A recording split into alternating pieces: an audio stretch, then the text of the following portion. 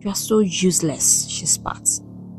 "Your mates are trying to win the prince's affection, and all you could attract for yourself was an ordinary servant.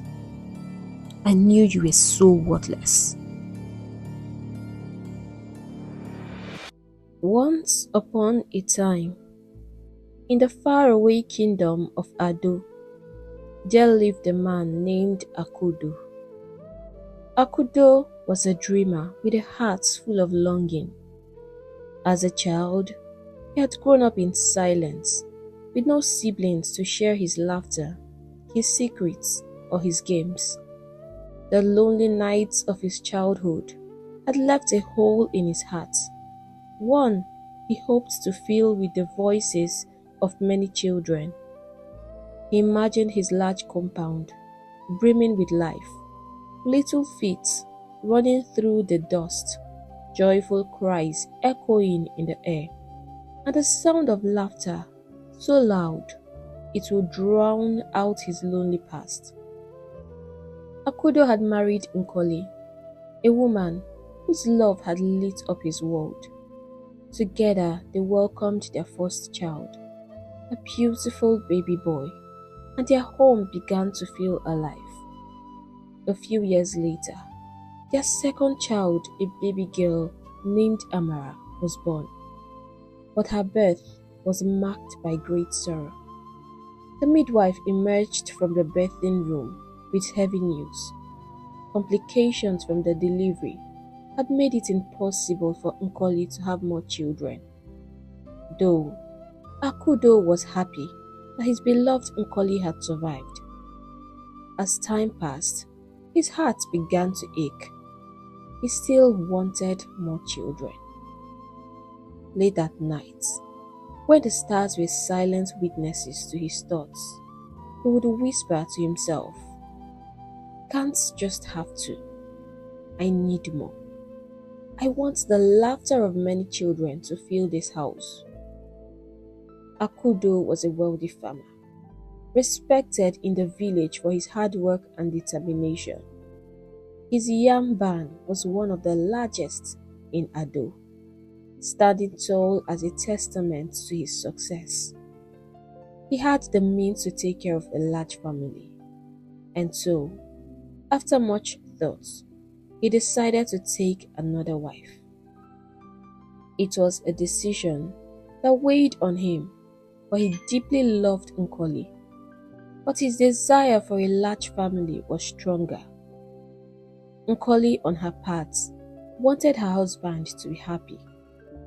In their village, it was common for a man to have more than one wife, and she supported him all the way.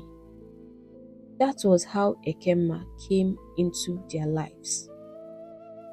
Ekemma was young and full of life.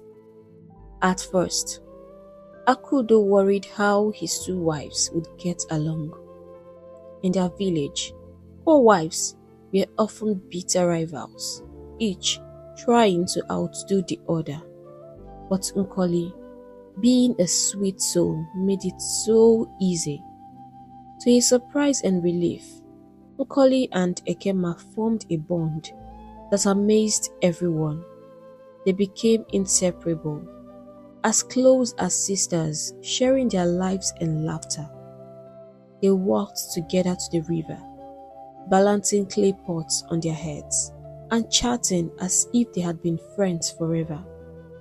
They gathered firewood from the forest side by side, their voices filling the air with cheerful songs. Even at the marketplace, where women often competed over goods, they worked together in harmony, earning admiration from everyone around them. When Ekemma became pregnant, it was Nkoli who seemed the happiest of all. She doted on Ekemma, ensuring she ate well and rested properly. She massaged her feet after long days and whispered words of encouragement when the pregnancy grew tiring. To the villagers, the sight of these two women, one carrying the child of their shared husband and the other supporting with genuine love, was a wonder. Aren't they supposed to be rivals? They whispered among themselves. How can they be so close? But what the villagers didn't know, what even Akudo failed to see, was that this beautiful bond was fragile. Beneath the surface, cracks were waiting to appear. Jealousy and envy crept in slowly, like shadows in the evening, stealing the happiness that Nkoli and Ekemma had built together.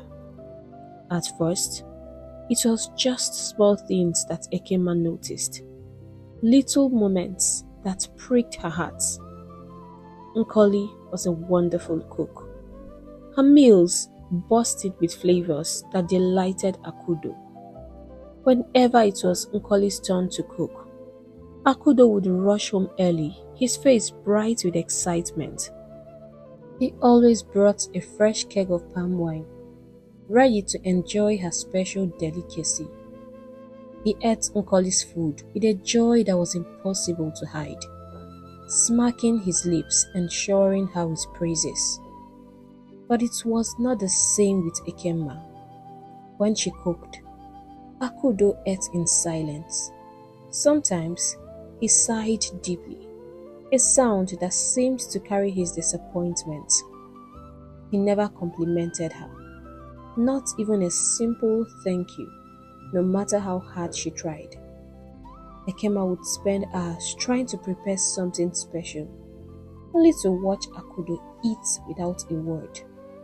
The difference in how he treated her compared to Nkoli was like a knife twisting in her heart. Her jealousy grew worse when Akudo's traps caught big bushmeat. Whenever this happened, he always called Nkoli to prepare a feast for the family. Ekemma would sit in her hut, watching Nkoli chop, season and cook the meat, while Akudo looked on with admiration. It was too much for her to bear. She began to resent Nkoli, the woman who seemed to have everything she wanted. The love of their husband, his attention, his praise. Ekemma's jealousy turned into hatred, a burning fire she couldn't control. She started picking fights with Nkoli over the smallest things, lashing out with cruel words, which she would scream. Only the gods know what you put into Akudo's food to always keep him on your side. Nkoli, ever the peacemaker, never fought back. She would look at Ekemma with sad eyes, quietly enduring her insults and anger. But the bond they had once shared, the friendship that had made them the envy of the village, was shattered. Their laughter and closeness were replaced by cold silence and resentment. One night, Ekemma was walking past Akudo's hut when she heard a joyful laughter. She froze and leaned closer. It was Nkoli and Akudo. Their laughter filled the air. The sound pierced Ekemma's heart. She had never heard Akudo laugh like that when he was with her. When she even tried to tell him funny stories, he barely listened, his face distant and uninterested. But with Nkoli, he seemed so alive, so happy. Hot tears welled up in Ekemma's eyes and spilled down her cheeks as she stood there, listening to their joy. It hurt more than she could bear. Akudo loved Nkoli. There was no denying it. And the worst part was the realization that he loved Nkoli more than he loved her. She was supposed to be the younger wife, the new spark in his life.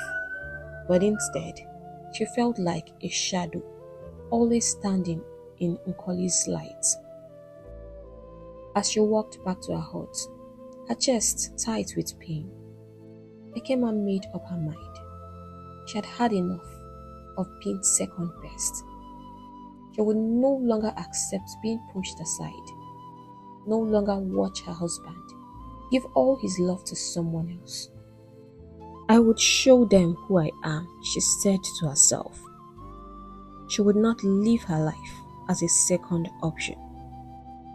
Later that night, as Ekema lay on her bed, sleep eluded her, and bitterness filled her heart like a stormy cloud, refusing to lift. The name Nkoli echoed in her mind, burning with anger and resentment. Nkoli. Nkoli, she whispered, her hands clenched into a fist. You will pay for all the pain you've caused me. Days turned into weeks, and Ekema's resentment only grew stronger. Then, one fateful evening, tragedy struck Akudo's household.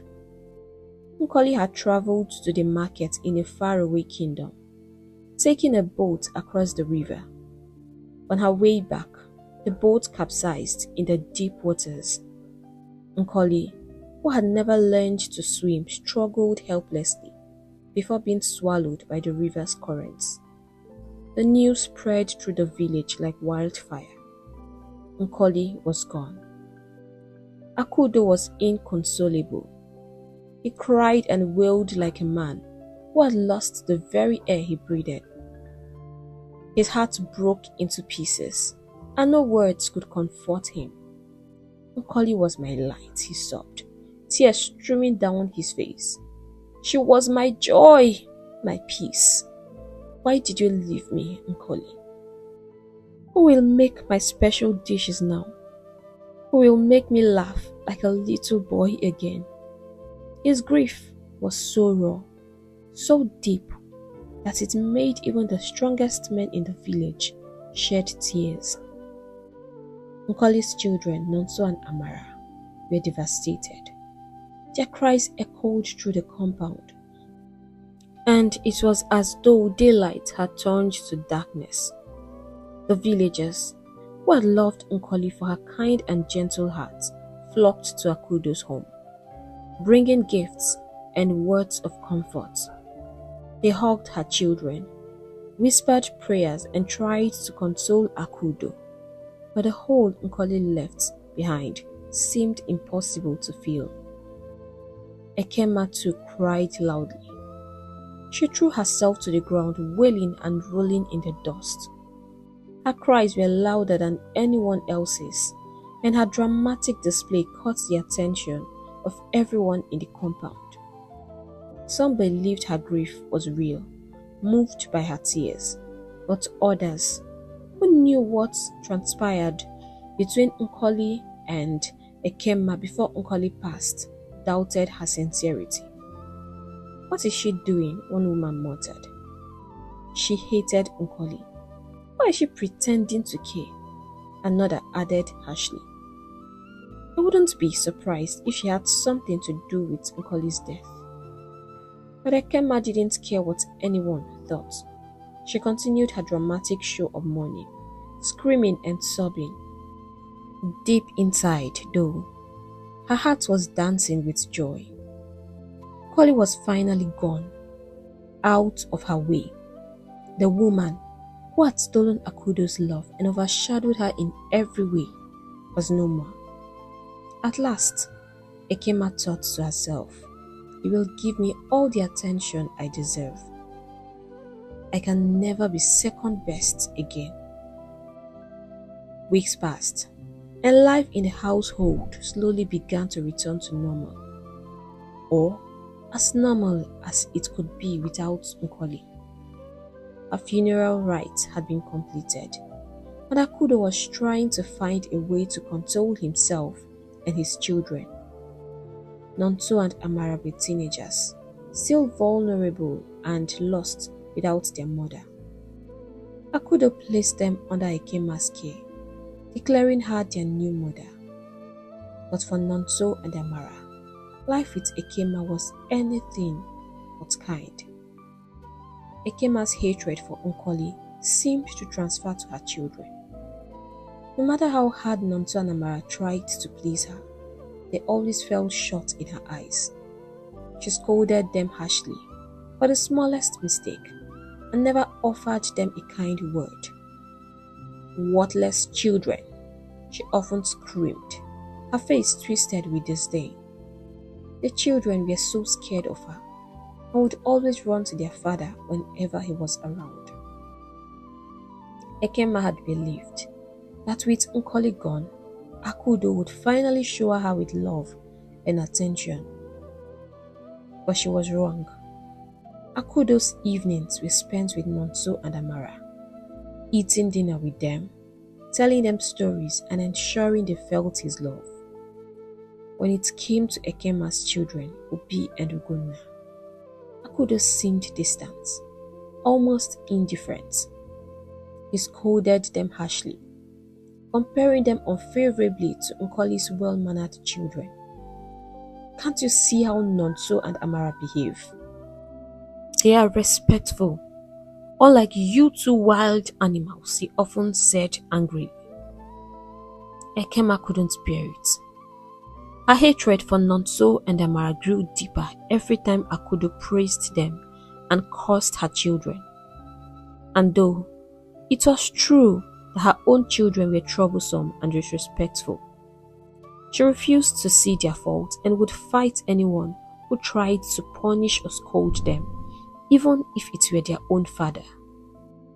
Obi and Ugonna grew up rude to elders, often causing trouble in the village, but Ekema always defended them fiercely.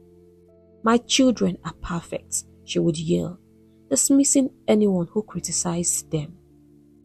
Her favoritism and blind defense of her children only made Akudo grow more distant, feeling a tension in the household. One fateful evening, a terrible incident shook the peace of Akudo's household. Obi, Ekema's mischievous son, had gone far this time. There was a woman named Agba, a widow with 6 children, struggling as usual to make ends meet. She worked tirelessly in the village markets, selling small goods just to feed her family. That evening, she was preparing dinner, a simple pot of soup that was all she could afford. Her children had gone to the stream and she stepped into her hut to fetch some salt, leaving the bubbling pot of soup unattended. Obi, ever restless and up to no good, saw an opportunity for mischief. Sneaking into Agba's kitchen, he picked up a large bowl of water and poured it straight into her pot of soup. The bubbling broth turned into a watery mess. Just as Obi was about to run, Agba caught sight of him. "Obi!" she screamed, her voice filled with disbelief and anger. She chased after him with all the energy she could muster, but Obi was quick. He darted into the nearby bush and disappeared before she could catch him. Heartbroken and furious, Agba stood at the edge of the bush, tears streaming down her face. The soup that was meant to feed her 6 children was ruined. Determined not to let this go, she wiped her tears and made her way to Akudo's house to confront Ekema. When Agba arrived, her voice trembled with emotion as she told Ekema what had happened. But instead of listening, Ekema's face twisted with anger and mockery. "I knew you were poor, Agba," she spat. "But I didn't know that your poverty had made you lose your mind. How dare you accuse my son of such wickedness?" Agba, shaking with frustration, cried out, "I saw him. I saw Obi with my own 2 eyes. What will my children eat tonight? You must bring your son out, and he must pay for what he's done." But Ekema wasn't moved. Her lips curled into a cruel smile as she said, "If you were so hungry, you would have just come to me and begged for food. Instead of making up lies about my son, I won't take nonsense from you." Agba's anger boiled over. "Very wicked woman, Ekema. A failed mother. Look at you, defending that boy after what he's done." "What? Ekema shrieked, her voice rising. Did you just call me a failed mother? Before Agba could answer, Ekema slapped her across the face. The slap rang out like thunder, and in a flash, the two women were wrestling on the ground. Dust rose as they clawed and fought, screaming insults at each other. As if the scene wasn't chaotic enough, Obi returned to the compound and seeing his mother fighting joined in. They grabbed Agba and pushed her to the ground, helping his mother overpower the poor widow. Agba cried out in pain and humiliation, her voice carrying through the compound. The noise drew Akudo, who came running from his hut. What's going on here? He roared. The fighting stopped as he pulled the women apart. Agba, her face bruised and her clothes torn, explained everything through sobs. Ekema, still fuming, tried to deny the accusations, but Akudo wasn't fooled. After hearing the both sides, Akudo turned to Agba with kindness. He reached into his band and gave her a generous supply of yams, some money and palm oil to make up for the ruined soup. This should help you feed your children, he said softly. Then turning to Ekema, his face hardened with anger. You will reap what you are sowing, Ekema, he said, his voice cold. Without waiting for a response, he walked back to his hut, leaving her standing in a compound humiliated. From that day on, Akudo's dislike for Ekema's children deepened. Obi and Ugonna were a source of constant shame to him. They caused trouble everywhere they went, and their behavior only reminded him of their mother's arrogance. He never wanted them around him, choosing to spend all his time with Nonso and Amara. Ekema, however, seated with bitterness. Each day, her resentment grew stronger, fueled by the love Akudo showered on her stepchildren. Whenever Akudo praised Nonso for his kindness, or Amara for her gentleness and respect, Ekema's blood boiled. She couldn't stand it. Those children reminded her of everything she had failed to become in Akudo's eyes. She wanted to make their lives miserable, to punish them for being the light of their father's life. But Akudo loved his children fiercely and refused to let Ekema mistreat them. An idea had begun to form in Ekema's mind. She told a friend about the way her husband treated her and her children.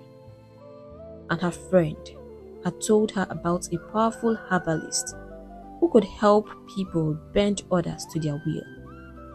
The thought sent a shiver of excitement through her. If the herbalist could help her make Akudo completely hers, she would finally have the power to do as she pleased. She would so deal with Nkoli's children.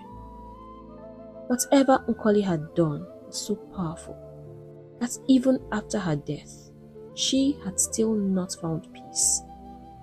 Without hesitation, she decided to pay the herbalist a visit. The next morning, before the sun rose, Ekema wrapped herself in a long wrapper and set off to the herbalist's hut, which was deep in the forest. The journey was long and eerie, but she pressed on, her heart set on her goal. When she finally reached the hut, the herbalist, an old man with piercing eyes and a voice that seemed to echo, welcomed her. What brings you to my hut, woman? The herbalist asked, his gaze sharp as if he could see straight into her soul. I need my husband to love me completely, Ekema replied. I need him to do anything I say without question. He must not stand in my way. The herbalist nodded slowly, stroking his grey beard. What you ask for is powerful and dangerous. Once done, it cannot be undone. Are you sure this is what you want? Yes, Ekema said firmly, "and I will do whatever it takes." The herbalist handed her a small pouch filled with powder. "Take this," he said. "Cook it into your husband's food. When he eats it, his love for you will grow beyond measure. He will not deny you anything you ask. But beware, if you misuse this power, it will come back to haunt you, and it might ruin you." Ekema clutched the pouch tightly and returned home, her mind racing with thoughts of victory. That evening, she prepared Ekema's favorite dish, yam pottage and smoked fish, and sprinkled the powder into the pot. As the aroma filled the air, she smiled to herself, imagining a future where Akudo was completely under her control. Akudo was pleased when she served his dish with a fresh keg of palm wine, just as he loved it. Since Nkoli died, nothing had really mattered much to him. "This is delicious, Ekema," he said, taking another scoop. Ekema watched him closely, her heart pounding in anticipation. The days that followed brought a terrible change to Akudo's household, one that left Amara and Nonso trapped in a nightmare. Ekema's plan was working perfectly. Her husband now agreed to everything she said, no matter how unreasonable. With Akudo firmly under her control, Ekema knew it was time to unleash her cruelty on her stepchildren. She turned Nonso and Amara into slaves, forcing them to work endlessly from dawn until nightfall. They fetched water from the river, carried heavy firewood from the forest, washed piles of clothes, and labored on the farm under the scorching sun. The work never seemed to end.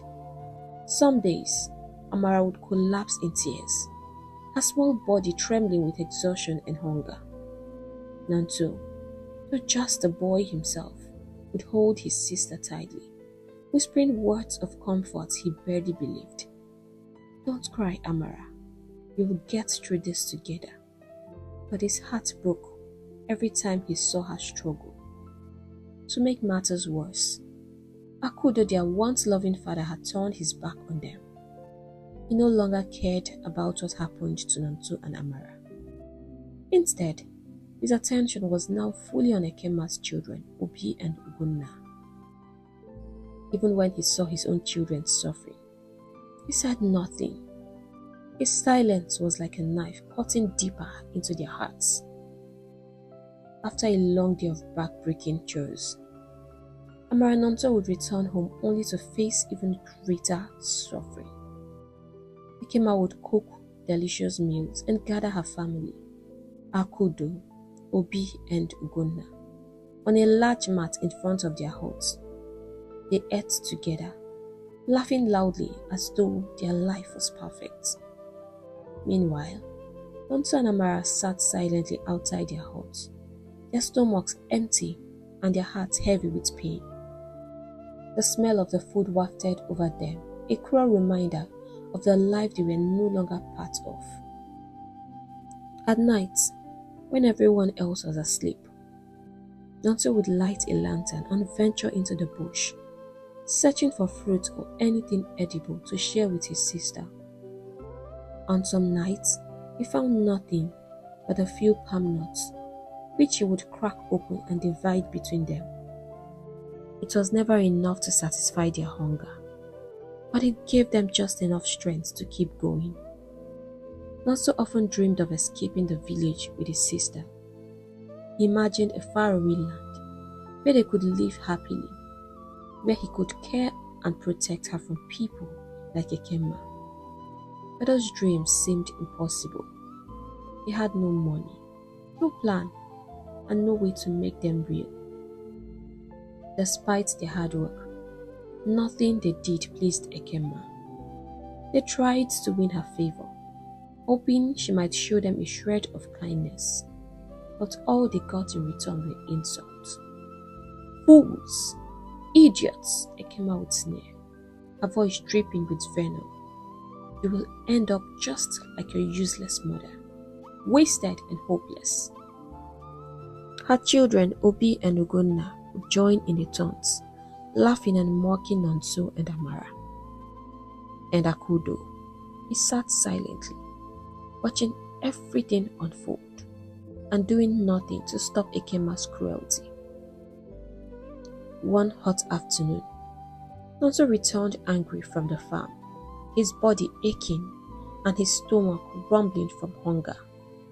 He had been harvesting yams under the blazing sun, on an empty stomach, and his heart was filled with rage. As he stepped into the compound, a horrifying sight froze him in his track. His stepmother Ekema was beating his sister Amara mercilessly. She had broken her water pot while fetching water from the stream, and Ekema's anger knew no bounds. "Useless girl," Ekema screamed, her voice echoing through the compound. "Your entire hopeless life put together. Can't even afford to buy this pot, and you let it break. We'll send you to your grave today."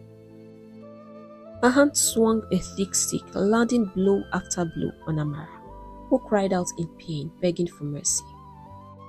Amara's wails pierced Nonso's heart like a knife. This wasn't just his sister. This was his Amara, the only family he had left. Rage surged through him like a storm, and before he could think, he charged at Ekema. "Leave her alone," he shouted, shoving her hard. Ekema stumbled backward, falling to the ground in shock. Nonso's voice trembled with fury as he stood protectively in front of his sister. "You evil woman," he yelled. "What has Amara done to you? Over a broken water pot, you want to kill her? Why do you hate us so much? This is the last time you will ever lay your hands on my sister." He turned to Amara, who was shaking and crying, and gently helped her up. Holding her close, he led her into their hut, whispering softly, "Don't worry, Amara. From today henceforth, I will protect you. I will figure out a way for us to leave this place. We can't live like this anymore." Amara nodded through her tears. She believed him because Nonso had always been her shield. His words were the only comfort she had in their cruel world. But Ekema wasn't done. Humiliated and furious, she sat in her hut, crying until Akudo returned from the farm. The moment he stepped into the compound, she ran to him, her face wet with tears. "Akudo," she sobbed, "your son Nonso has turned into a monster. He beat me up and tore my wrapper, all because I asked Amara why she broke my water pot. I've been hiding his scary attitude from you. But today, he raised his hand against me." Akudo's face darkened with rage. "How dare he bellowed. "How dare that boy lay his filthy hands on my lovely wife?" Grabbing his whip and rope, he stomped into the compound, calling for Nonso. When Nonso stepped out, Akudo's fury exploded. Without waiting for an explanation, he kicked Nonso to the ground and tied him to a tree. Then he began flogging him mercilessly. The whip cracked against Nonso's skin as Amara screamed, begging her father to stop. "Please, Papa. He didn't do anything wrong. Stop! You're hurting him." But Akudo was deaf to her cries. Obi and Ugonna stood nearby laughing and mocking Nonso as he groaned in pain. That night, Nonso lay on the cold mats in their hut, his body covered in welts and bruises. Amara sat beside him, tears streaming down her face. "I wish Mama were here," she whispered. "None of this would happen if she were still alive." She cradled Nonso's head in her lap, her tears falling onto his battered skin. "You got hurt because of me. I'm so sorry." Back in her hut, Ekema lay awake, her heart boiling with hatred. "Nonso dared to challenge me," she thought bitterly. "He even put his hands on me. This boy is becoming dangerous. He's growing stronger and soon I will lose control over him. I must deal with him before it's too late. Days passed and Nonso's condition worsened. He grew weaker each day, barely able to speak or move. Amara begged Akudo for help, but he ignored her pleas. Let him die if he wants. I won't tolerate anyone insult my wife in this house, Akudo muttered coldly. Amara stayed by her brother's side, refusing to leave him. Please, Nonso, she cried. Don't leave me. I have no one else in this world. How will I survive without you? Her tears fell endlessly, but nothing changed. Nonso's breathing grew slower, his strength slipping away. 4 days later, Nonso passed away. That cold, unfriendly night, Amara woke up to find her brother lying unnaturally still on the mat. She shook him gently, then frantically. Nonso, Nonso, wake up, she screamed, but his body remained stiff and cold. His breathing had stopped. A piercing scream tore through the night as Amara wailed in anguish. No! No! You can't leave me. I want to die with you. Her cries woke the entire household, and villagers who lived nearby gathered around the hut. When they saw Nonso's lifeless body and Amara sprawled over him, their hearts broke. Even Ekema, standing silently in the corner, felt a chill run down her spine as she watched the heartbreaking scene. But deep in her heart, she felt no remorse. As the villagers stood in mourning, Akudo knelt by his son's body, guilt gripping his heart for the first time. But it was too late. Nonso was gone, and with him, a part of Amara's spirit died too. Nonso was buried that same day, and for Amara, it felt like her whole world had crumbled into dust. The graveyard was silent except for the sound of her sobs as she clung to the cold earth covering her brother's lifeless body. He had been her protector, her friend, and her only family. Now he was gone, and the emptiness in her heart was unbearable. Every corner of the house reminded her of him. His laughter, his comforting words, his unshakable love. Staying at home was too much to bear. The memories, so vivid and painful, haunted her every step. She blamed herself for his death. If only he hadn't come to save me that day, she thought. Guilt piercing her like a knife. Maybe he would still be alive. To escape her pain, Amara often wandered deep into the forest to the stream where she and Nonso had once sat together after fetching firewood. There, she would sit on the riverbank, tossing pebbles into the water as tears streamed down her cheeks. The sound of the flowing river felt like the only thing that understood her sorrow. Weeks turned into months, and life in the house grew harder for Amara. With Nonso gone, she became the maid of the house. Ekema made her do all the chores, fetching water, cooking, washing, gathering firewood and working on the farm.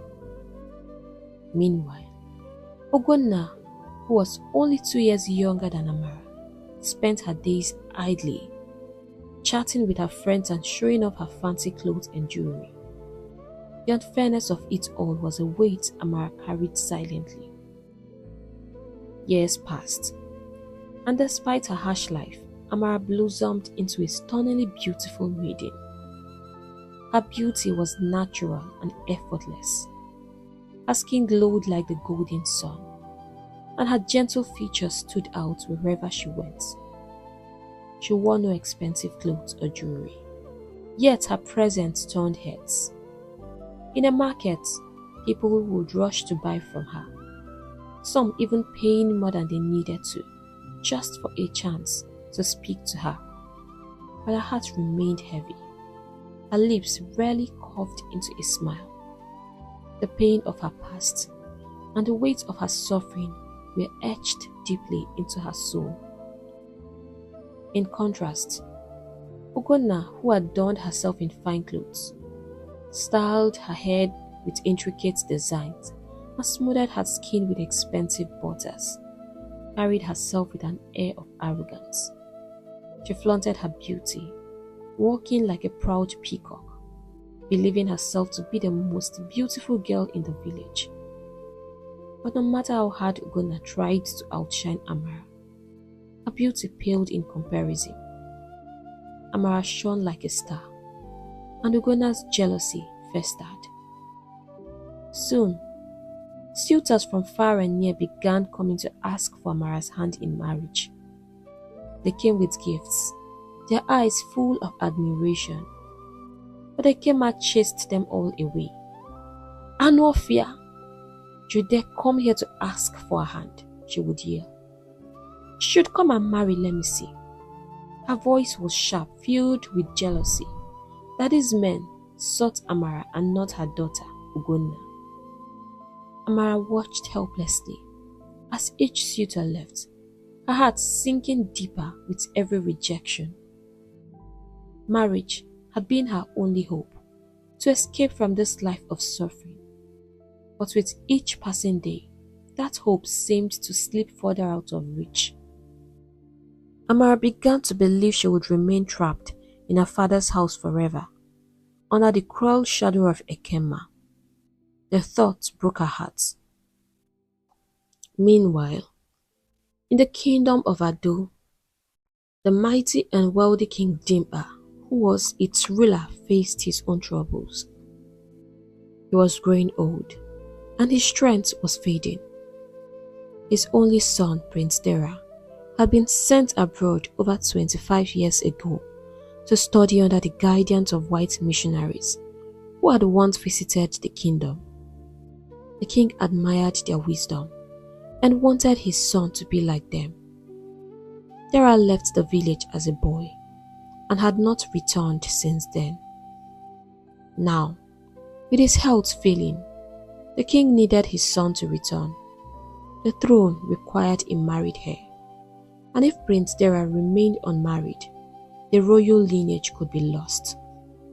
King Dimba, who had worked tirelessly to build Ado into a prosperous and powerful kingdom, sent out word to his son. "It's time for you to return," the message read. "You need to find a wife among your people and prepare to lead this kingdom."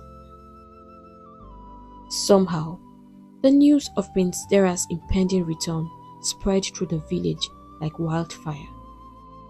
Everyone was eager to see the boy who had left so long ago. Rumors circulated that he had grown into a strikingly handsome man, wise and cultured from his years abroad. The villagers buzzed with excitement, imagining the celebrations that would welcome him home. But Prince Dera had other plans. In a letter to his father, he made a surprising request. "I want my return to be quiet," he wrote. "No festivities, no grand welcomes. I need time to get to know my people without the weight of the throne overshadowing everything. I also want to find a wife, someone who loves me for who I am, not for my title." Though the king was initially reluctant, he agreed to honor his son's wishes. And so, when Prince Dera returned to the village, there were no drums, no dancing and no feasts. His arrival was quiet, unnoticed by the villagers who were eagerly awaiting their prince. Unknown to them, the future king of Ado was already among them, watching and waiting for the right moment to reveal himself. The evening sky was painted in hues of gold and purple as Amara and Ugonna made their way back home from the market. Amara had gone to sell farm produce, her hands rough and tired from her endless chores, while Ugonna had bought new beads, her face glowing with excitement as she admired them. Ugonna couldn't stop talking. Amara, do you know how many men admire me? Tall, handsome, wealthy men, they all want me, she said, tossing her head proudly. Amara walked quietly beside her, letting her half-sister's words wash over her. But I don't want them, Ugonna continued, her voice dripping with self-importance. I've heard from a reliable source that the prince is returning soon and he's looking for a wife among the maidens. I'm waiting for him. I'm certain that the crown belongs to me. And when I become queen, maybe I will make you my personal maid. After all, you're so good at serving, she laughed cruelly. Amara knew Ugonna's words were meant to sting, but she stayed silent, her heart heavy. She had grown used to Ugonna's constant jabs and arrogance. Their conversation was interrupted by the sound of horses galloping. The two riders approached, their figures silhouetted against the setting sun. The girls stopped, their eyes widening. The man in front was handsome, but dressed simply, looking like a god. The second rider, however, wore royal apparel that shimmered in the evening light. His posture was regal, his face strikingly handsome. There was no doubt. This was the prince. Both girls immediately bowed. Your Majesty, they said in unison. Ugonna's face lit up with a radiant smile as she tried to catch the prince's attention, but his eyes were fixed on Amara. You look so beautiful, the prince said to Amara, his voice kind and sincere. Are you from this kingdom? Before Amara could respond, Ugonna jumped in. No, she's my maid, she said sharply. My father is Chief Akudo, and she works for us. Her voice was laced with disdain, her anger bubbling beneath the surface. Why is he looking at her and not me? She thought furiously. The prince raised an eyebrow but didn't argue. Well, I must admit, your maid looks good, he said, before glancing briefly at Ugonna. And you look good too. May I know your name? He asked Amara, his gaze softening once again. Ugonna interrupted again.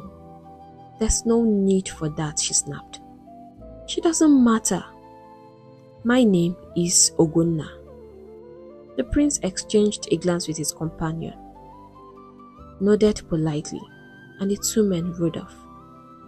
As their horses disappeared into the distance, Amara's heart sank. Tears filled her eyes, but she couldn't say anything. Ugonna stormed home, her face twisted in anger. Mother, she cried. You won't believe what we saw today. The prince of our kingdom is back. We saw him on our way returning from the market, and he stopped to greet us. But the prince wasn't even looking at me. He had his eyes all over Amara. Does it mean she's more beautiful than I am? Ekema placed a reassuring hand on Ugonna's shoulder, her expression hard. Never. That worthless girl is nothing compared to you. I will make sure she never sees the prince again. Don't worry. I will keep her so busy in the bush and forest. She will have no time to see him, talk more of thinking about him. The plan excited Ugonna. Before the next morning, the news of the prince's return had spread like wildfire. Maidens crowded the markets, buying the finest clothes and beads to catch his eye. The hairbraiders' hut was full, with girls chattering and laughing as they prepared their hair. for a chance to win the prince's heart. But in the midst of all this excitement, Amara was not allowed to join the other maidens. Ekema made sure she was constantly busy, forcing her to spend long hours on the farm or carrying heavy bundles of wood in the forest. Whenever she had a moment alone, Amara would retreat to her favorite spot by the river in the forest, the place where she and Nonso had once laughed and shared their dreams. Now, it was a place of sorrow, where she sat quietly, her tears falling into the water. She would hum soft, sad songs, pouring out her pain to the flowing river. The silence of the forest was her only comfort, a fragile escape from her harsh reality. The prince, however, had other plans. Each day, he strolled through the village, observing the maidens. They lined in the streets, in their finest attire, their faces bright with hope. The competition was fierce, and the prince seemed to enjoy all the attention he got. But his heart had yet to settle on anyone. The days passed slowly for Amara, each one filled with the same routine of endless labor and quiet tears. One evening, she sat by the river in the forest, her favorite spot, where she could cry and sing without anyone hearing her. A soft, sorrowful song drifted through the air, mingling with the gentle rustle of leaves and the sound of flowing water.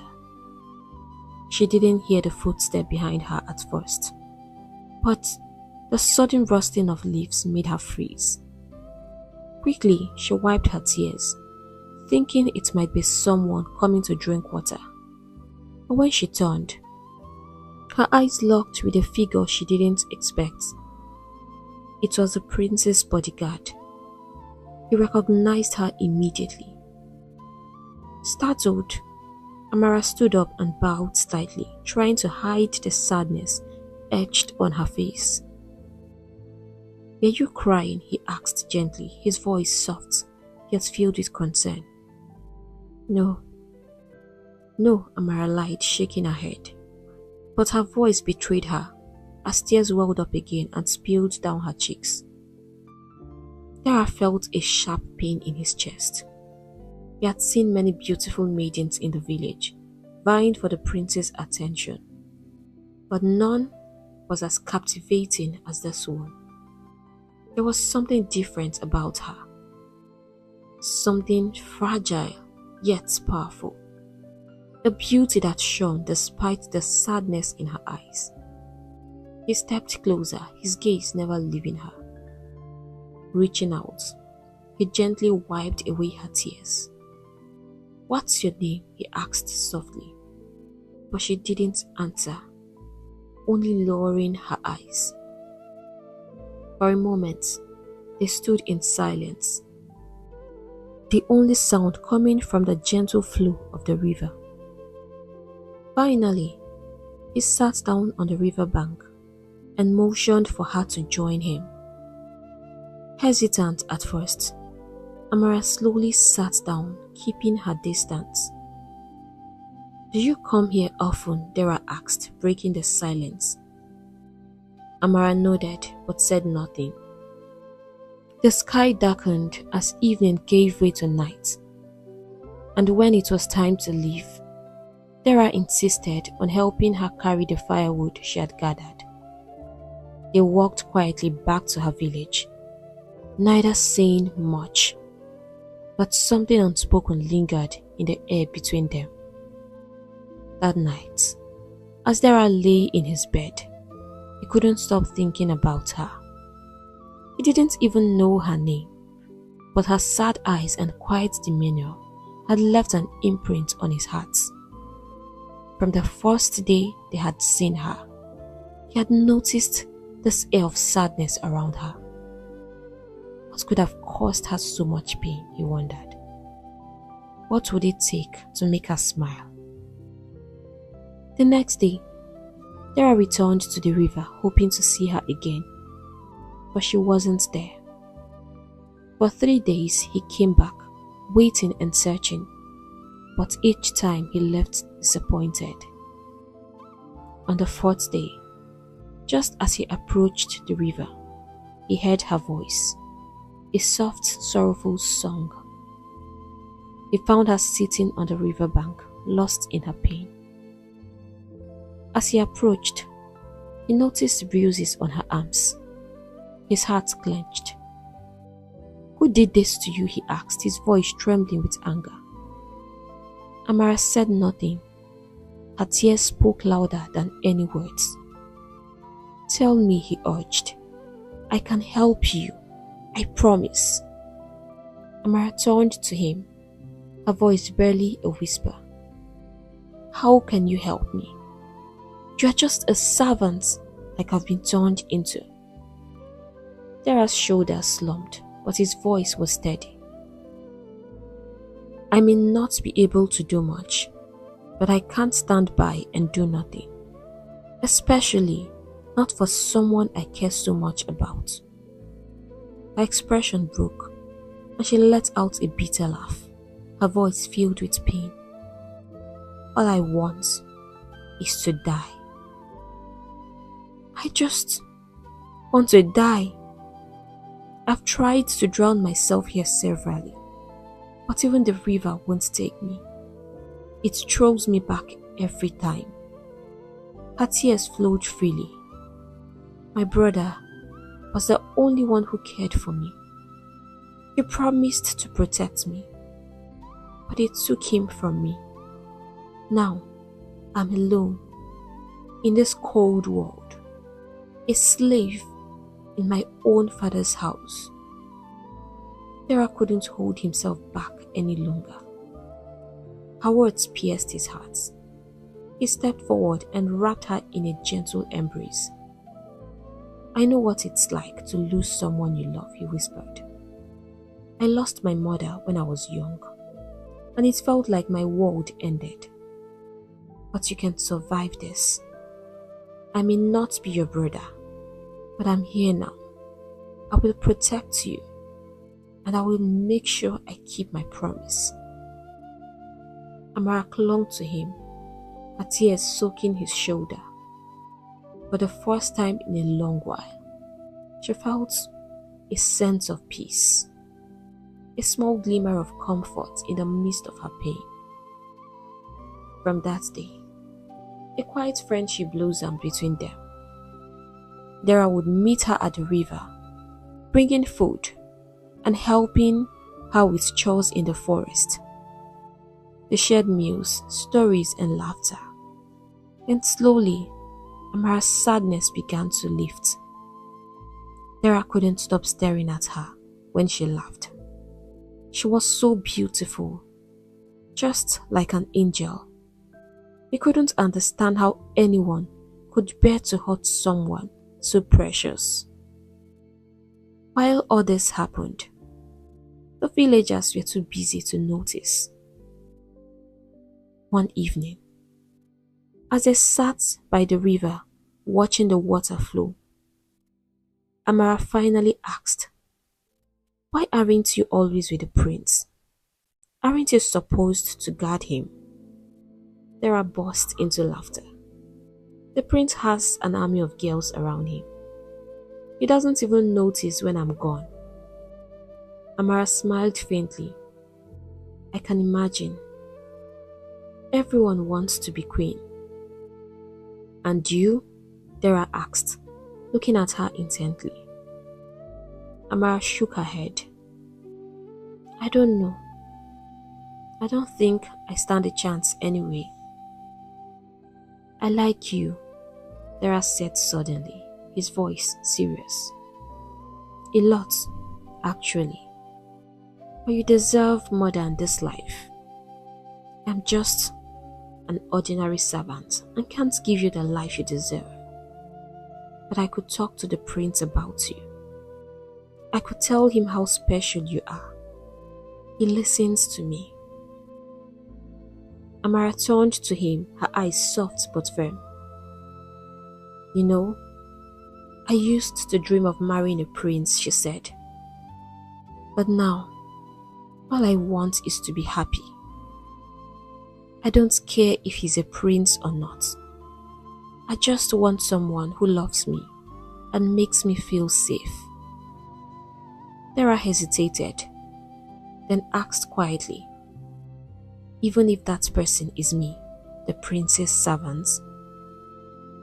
Amara looked into his eyes, her voice steady. Oh, I don't care. You have a kind heart. That's all that matters. Without another word, Dara pulled her into a warm embrace. Amara felt a spark of hope.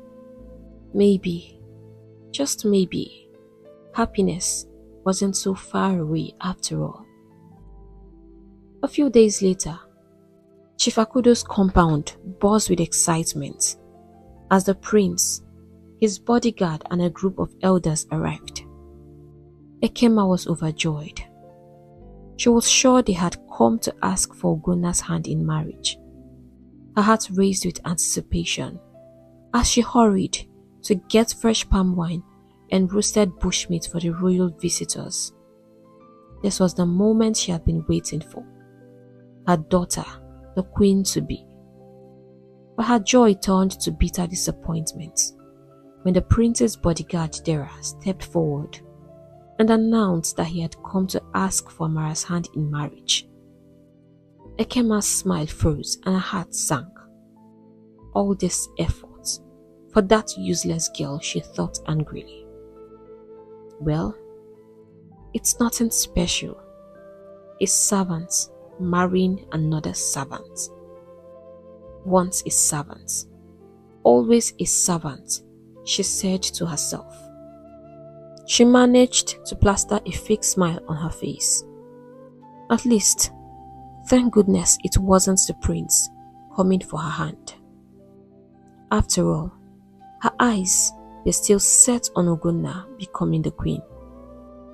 The prince had yet to choose a bride, and Ekema was confident that her daughter would win his heart. After the royal entourage left, Ekema unleashed her fury on Amara. You are so useless, she spat. Your mates are trying to win the prince's affection, and all you could attract for yourself was an ordinary servant. I knew you were so worthless. Her words were sharp and cruel, but Amara remained silent, her heart steady. She didn't care about Ekema's insults anymore.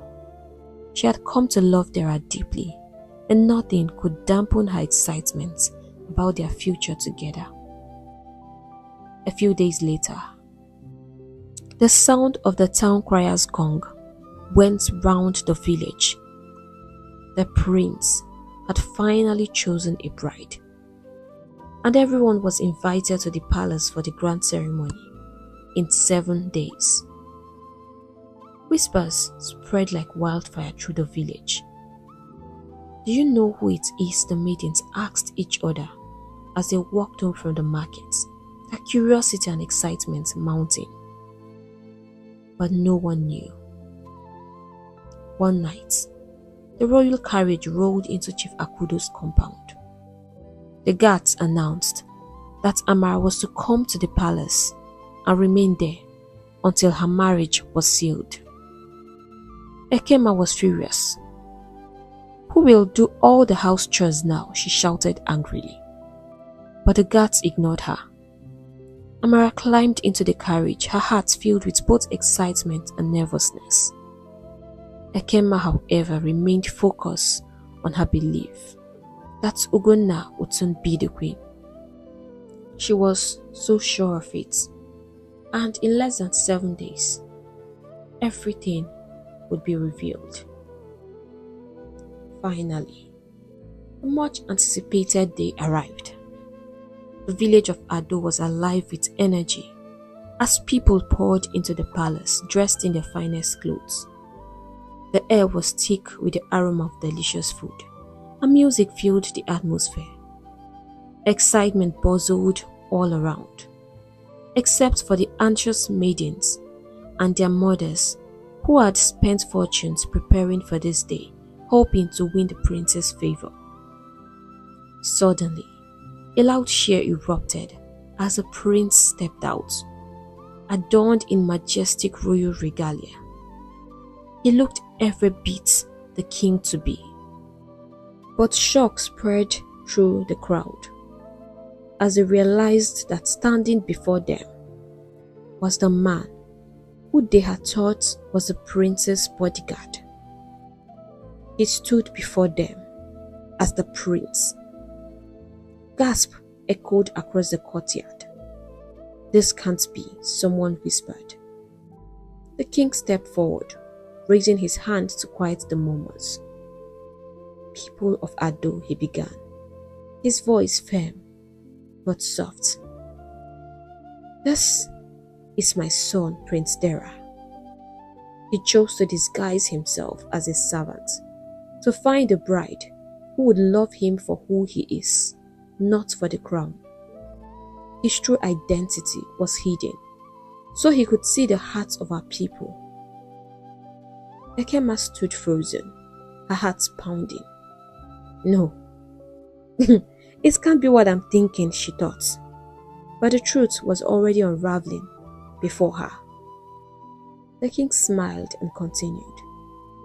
"Today, I present to you the newest princess of Ado, the queen to the heir appearance to the throne."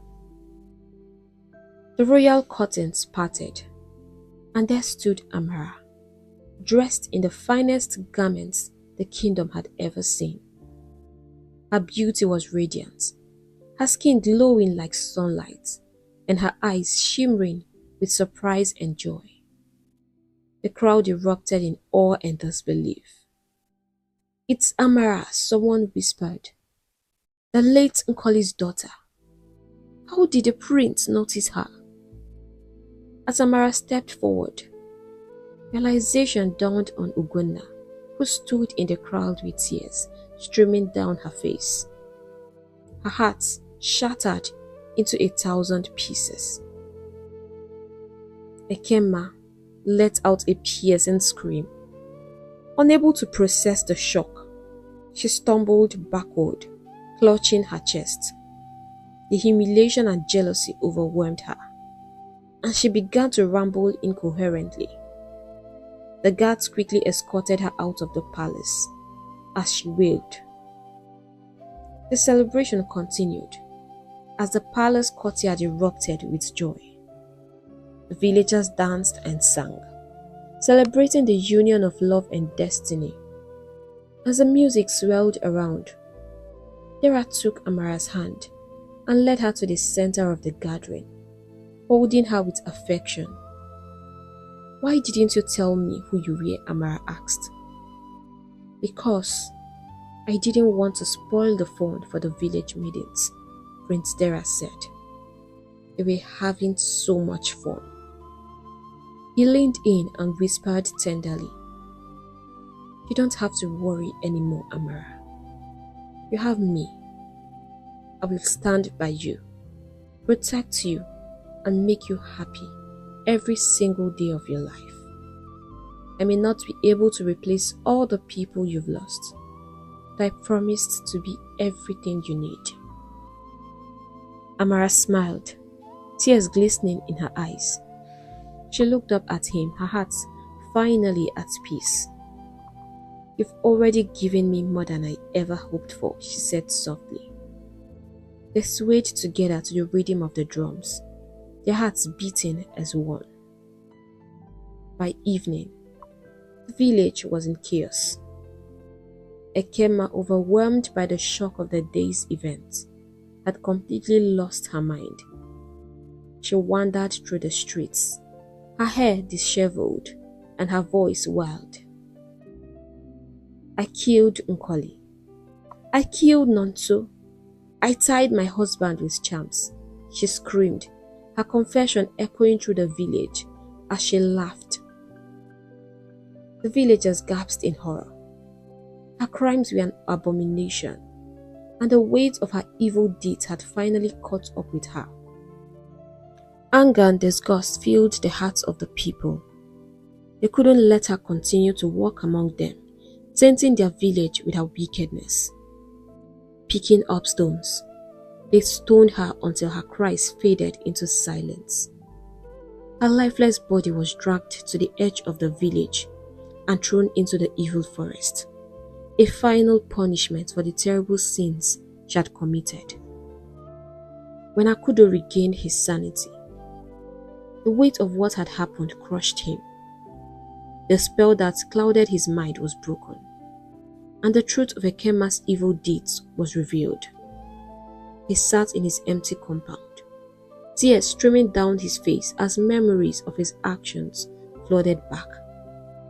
He had desired a large family, but that desire had cost him everything. His loving wife Nkoli, his brave son Nanso, and the trust of his daughter Amara. I destroyed the ones I loved, he whispered, his voice shaking. Yet, amidst the sorrow, there was a glimmer of hope. Amara, his daughter, had risen above the pain and suffering to become queen. Determined to make amends, he made his way to the palace to seek for her forgiveness. When Amara saw her father, her eyes softened. She had heard everything. This was her father, the man she had once loved dearly before their lives were torn apart. He stood before her, tears streaming down his face. Amara, he said, his voice trembling, I have no excuse for the pain I caused you. I was so careless, even though I didn't know what I was doing. I failed you and your brother. Please, my child, find it in your heart to forgive me. Amara's eyes filled with tears as she reached out to him. Father, she said softly, I know now that you were not yourself. Ekema has paid for her crimes. I forgive you. Let the past stay where it belongs. Father and daughter embraced, their tears mingling as the pains of the past began to heal slowly. As for Obi, his fate remained a mystery. After Ekema's downfall, he disappeared from the village. Some believed he had fled in shame, while others whispered that he might have met a tragic end. Whatever the truth, no one could say for certain where he had gone or if he was even alive. Ogona's life, however, took a harsh turn. Worse still was that she was pregnant for one of the palace guards, who had promised to talk the prince into choosing her. She had hoped that if the prince had chosen her, she would pin the pregnancy on him. But all hopes had been dashed. She was forced to marry the guard who had impregnated her, and she ended up serving in the palace as a maid.